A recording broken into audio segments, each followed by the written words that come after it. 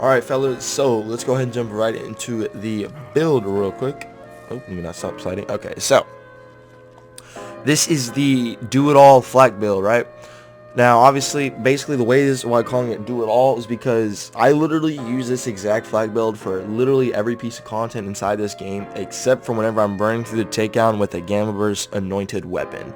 Then I'll obviously switch over to a Gamma Burst build, but for now, this is definitely the do-it-all Flak build, and you can do any single content, solo, true takedown, easy.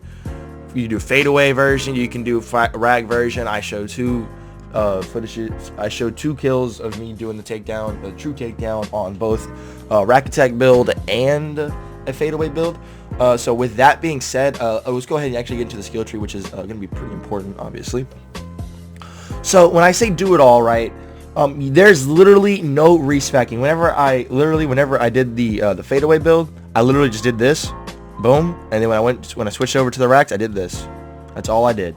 Super easy, no respecking needed depending on how you want to run it, which is pretty awesome. So with that being said, let's go ahead and roll with it. We are on a Rakk attack build at the moment. And that does depending on what we're doing, it does change up the weapons just a slight bit. But with that being said, let's go. So obviously here's our stalker tree. Max out your furious attack. Right here, your self-repairing system.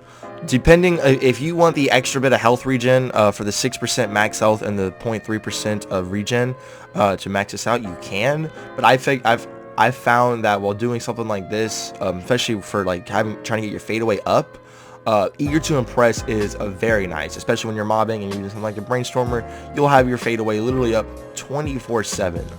And then you'll also, let me go ahead since we're doing this. Let me put that on real quick. So we have all my BFS for you and your pet to help keep them alive. Obviously, licking the wounds, turn, channel, and run, very good damage reduction and regen, and then gun damage and fire rate while still very useful. Then we have Fast and the Furious, while above half health, Flaks gain gun damage and movement speed, and their pet gains increased damage, 25% extra damage while above half health. Awesome, and we get 10% movement speed, which is also pretty good. Rage and Recover, really nice kill skill.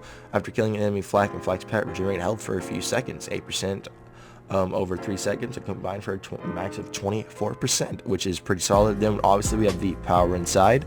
When Flak and Flak's pet gain increased damage, Flak's activate action skill doubles the damage for at full health, which is obviously pretty nice. You'll be popping your action skill very often. Rakk, fadeaway, you'll be popping it very often. And then this will mention this real quick. This 3 out of 3 in a Persistence Hunter, I do this for the gun damage.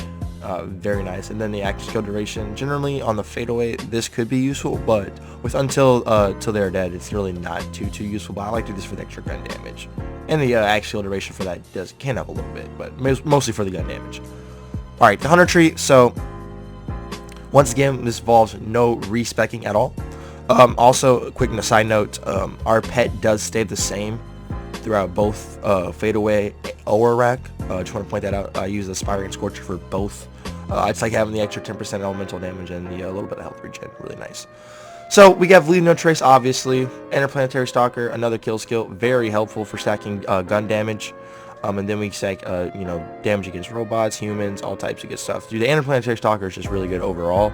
Then we have Hunter's Eye. I find this one not to be as important as Interplanetary Stalker. Like, I will always max out Interplanetary Stalker over Hunter's Eye, but that's just my opinion. Head count, max this one out for sure. Whenever we score a critical hit, there's a chance to reduce your action skill. Obviously on Flak, you'll be getting a shit ton of critical hits. 2 Fang for the extra projectile chance. And then real quick, this actually isn't RNG.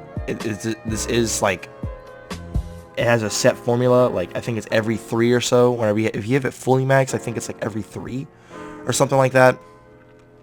Or maybe that's if you put 10 out of 5 into it with a dead eye. I don't know. I was messing with it earlier, and this isn't all RNG, is what I'm trying to say with Dufang. Either way, still put 5 out of 5 into it. Big game, put 3 out of 3 in here, obviously, for the hunter skill effects. Really helpful. I heard, this is totally a side note, but I heard this hunter skill duration does not affect Gamma Burst, but it does. I'm pretty sure it affects fadeaway, because we'd be staying in fadeaway for a long time sometimes. Most dangerous game, hunter kill skill. Whenever we kill a badass or a stronger enemy, we gain increased critical hit damage and gun damage for a long time. Yeah, it's pretty sick. It's 2 minutes. We get 25% more gun damage and 10% more critical hit damage with 33% handling, and our pet gets 25% more damage. Yeah, that's useful. Grim Harvest, ignore it. Don't put anything into it. This is it from the class mod. Obviously, get Galactic Shadow and Megaborn. Okay, so for your Rakks, real quick. So if you're using a Rakk build, I recommend using the Faulkner's Feast and then Flock and Load. The Faulkner's Feast obviously to help you, stay alive, get some solid health regen up in this. The Flock and Load to send an additional Rakk, +2, very useful. And then if you are going to be using Fade Away, as time has gone on, I've transitioned way more into using Until You Are Dead over Gorillas in the Mist. Two things. So Gorillas in the Mist, I mean, yeah, you can you can get a lot of good critical hit damage out of it, but the duration is only 5 seconds, and it takes a lot longer to come back versus Until You Are Dead. This is way nicer in my opinion. Yeah, you only get 3 shots, but if you're using, for instance, a Skull Masher, those 3 shots will get you a lot of damage, and then you come out with movement speed and health regen for 10 seconds. I'm telling you, by the time that 10 seconds is up, you're gonna have Fade Away up again, and you'll be able to, I'm telling you, you're gonna be able to pop Fade Away in and out, in and out, in and out, in and out, no problem. Until You're Dead is great, it keeps you alive, and it's just overall super useful, and I've definitely transitioned into liking it way more than Gorillas in the Mist, but that's just my personal opinion. So if we're on a let me go back to a Rakk real quick, because I have Rakk set up weapons. So here's the weapons I like to use for my Rakk build. We have our Skull Masher, our Maggie, our Clairvoyance, and our Brainstormer. The Brainstormer stays on for both, and so does the Maggie. The Maggie and the Brainstormer both stay on regardless of what I'm using. Crit build or Rakk build, they're just super useful. So the reason why we're using a good bit of Jacob's weapons here is because of this Rakk pack. We get 26% weapon damage overall. Then we get 48% Jacob's weapon crit. So whenever we're on a Rakk build, obviously having those extra Jacob's weapons, such as the Skull Masher, that's another reason why the Skull Masher is so good, bro. This thing puts out so much damn damage. It's so good. The Skull Masher and the Clairvoyance are able to output so much damage. It's because of this Rakk pack. It's very useful in keeping us alive. So these two don't change at all. Stopgap, I love this Stopgap. Stopgap is super good. And we also got this Murphex here. I'm mainly using this Murphex for the 50% corrosive ASC, especially since we're doing the takedown here against Wotan and all the armored enemies. The corrosive is just really good. If you have radiation, is just a good damage to apply ASC with overall, because it's not resisted by anything, and it's just overall strong. It does neutral damage, and they explode when the radiation damage kills them, which is pretty solid. So we are having a Pearl here, which is very helpful. Excuse me, real quick. So we are having a Pearl here. Pearl's very helpful. If you don't have the DLC, I highly recommend either a Snowdrift or a Victory Rush of some sort. That'll definitely help you. Snowdrift for movement speed, Victory Rush for regen and some extra gun damage when you kill the badass. Very helpful. But I like to use the Pearl on Flak. The Pearl on Flak, I mean, Flak already does a lot of damage as it is. Combine this with the Pearl, it's even better.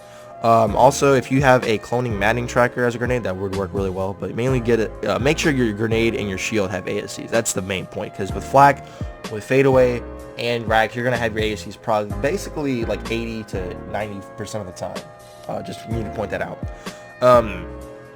If you don't have a Rakk pack, you have to farm them. I think you farm this in the Tink of Cunning, unfortunately. If you don't have a Rakk pack, if in other class mods, that's good. Let's see. I mean, okay.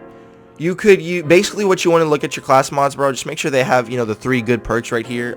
I have some Cosmic Stalkers. I don't really use these Cosmic Stalkers as much over my Bounty Hunters and Rakk packs, but they're still good. If you don't have a Rakk pack, you can try and unlock a Bounty Hunter or a Cosmic Stalker, which will lead me into the next point. So let's go ahead and flip on the Fade Away, and let's actually go ahead and use the Fade Away weapons here. So for the Fade Away weapons, generally we have the same 2, and then we'll have some sort of wild card. So for instance, our wild card in this case is going to be the Boomsicle. Oh wait, this is not the right Boomsicle.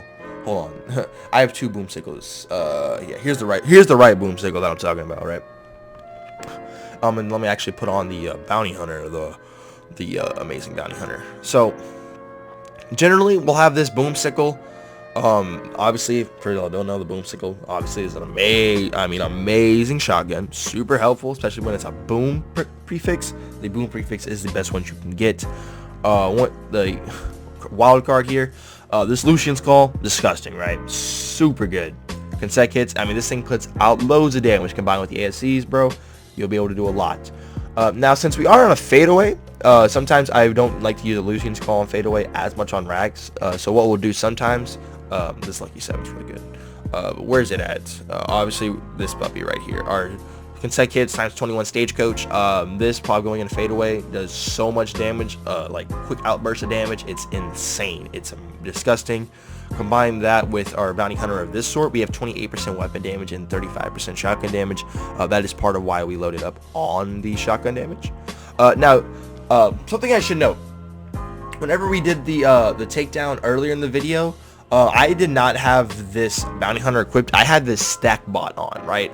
I had the stack bot solely to help out our Maggie and our stagecoach. Now, obviously, if you can't tell by the prefixes, 28% weapon damage, 51% Jacob's weapon damage crit, and then 35% pistol damage. Yeah, dude, that screams Maggie all over it, and that also screams Lucky 7. I did a video where I soloed the takedown only using a Lucky 7, and the stack bot was part of the reason why. But yeah, I just wanted to go ahead and point that out, that you can use a stack bot in this build if you so choose to. If you're using a crit, you know, go by all means, go ahead. I was using it to help out our Maggie.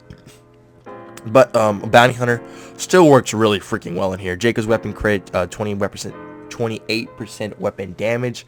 This would definitely help out our stagecoach, our skull masher, our clairvoyance. A lot of good Jacob's prefixes here. But yeah, my preferred class mods that I use with this build are gonna have to be definitely the bounty hunter and the Rakk pack, without question. It's pretty like unprecedented that those are like my preferred two class mods for the build. And yeah, that's gonna just about cover it. Other weapons you could use on Flak, right? Literally any consecutive hits weapon on Flak will do super well, amazing damage, such as the hyper focus, completely disgusting. Redistributor, Kibsworth, Soul Render, Rowan's Call, literally Dictator. I'm telling you, this build is do it all. You can do it all with just about any set of weapons you got, as long as you got some decent rolls on your class mod. Literally just 26% weapon damage can do the job. But other than that, guys, that's gonna just about wrap up the video. I figured I'd go ahead and make this video. You know, since we have Mayhem 2.0, I think it comes out later this week actually, because I'm recording this on Sunday. That should come out this week.